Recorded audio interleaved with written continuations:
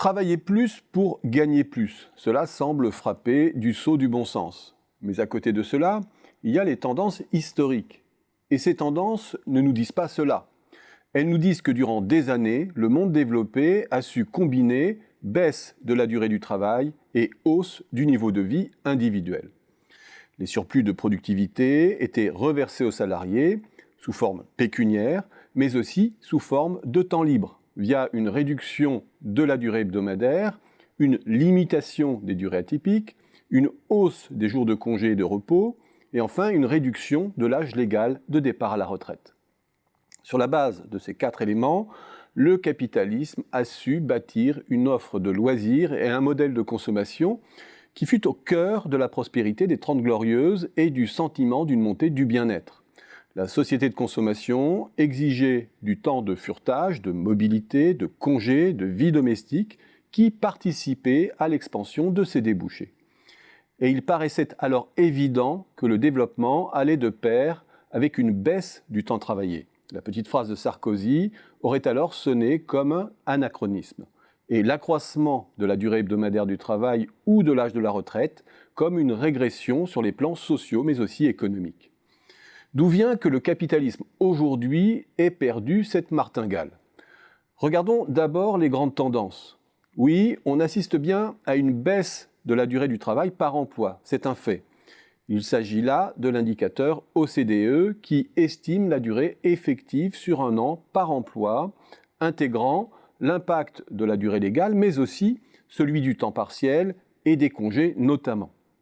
Cette tendance est manifeste jusqu'aux années 80. Aux États-Unis, où cette tendance est la moins affirmée, la décrue du temps de travail entre le début des années 50 et l'aube des années 80 est de 10%.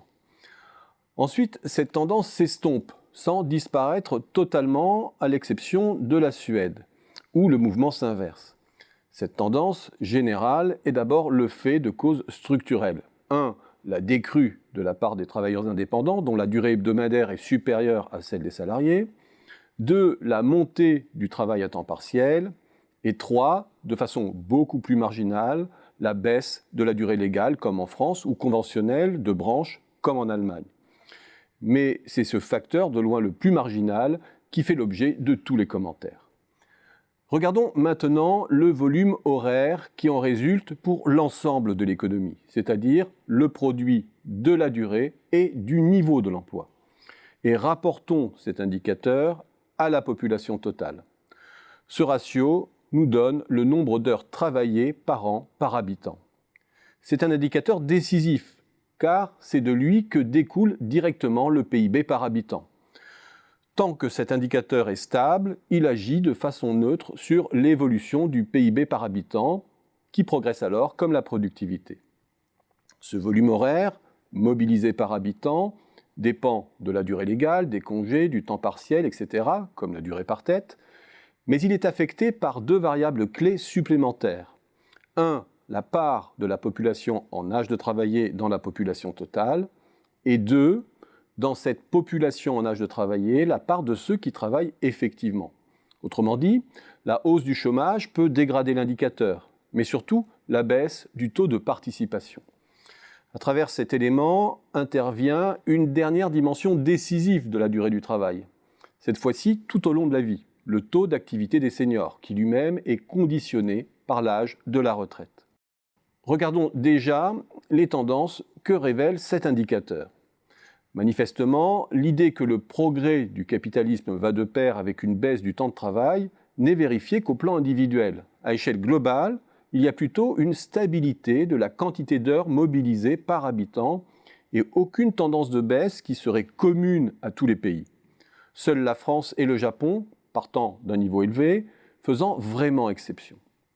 La baisse de la durée individuelle du travail, jusque dans les années 80, a été contrebalancée par la dynamique démographique de hausse de la part de la population en âge de travailler et surtout par la hausse généralisée des taux de participation à l'emploi, notamment à travers le développement du travail des femmes.